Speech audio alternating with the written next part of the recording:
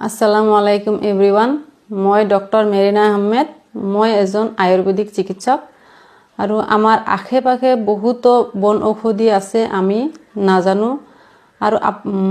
এই ঔষধিবিলাকৰ মাজৰ এটা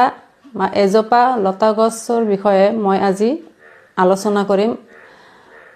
সেই লতা গছজোপাৰ নাম হ'ল গুডুচি আৰু ইয়াক অসমীয়াত শগুনীলতা বা অমৰলতা বুলি কোৱা হয় আৰু ইয়াৰ গুণাগুণ বিলাক আহক আমি জানি লওঁ ইয়াৰ বটানিক্যাল নেম হল টিনোস্পোৰা কৰ্ডিফোলিয়া আৰু ইয়াক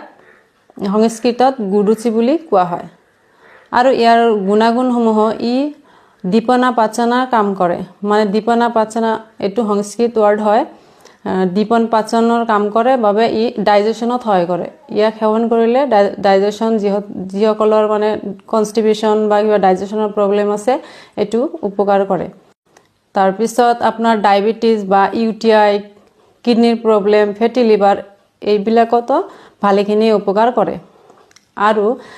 এই লতা গছজোপা মানে বহুত মেডিসিন ফৰ্মত মাৰ্কেটত পোৱা যায় যেনে ক্যাপসুল ট্যাবলেট তাৰপিছত চূৰ্ণা সতৱা কষায়া এইবিলাক ফৰ্মত পোৱা যায় আৰু যিকোনো মেডিসিন খোৱাৰ আগত ডক্টৰৰ পৰামৰ্শ ল'ব লাগে ধন্যবাদ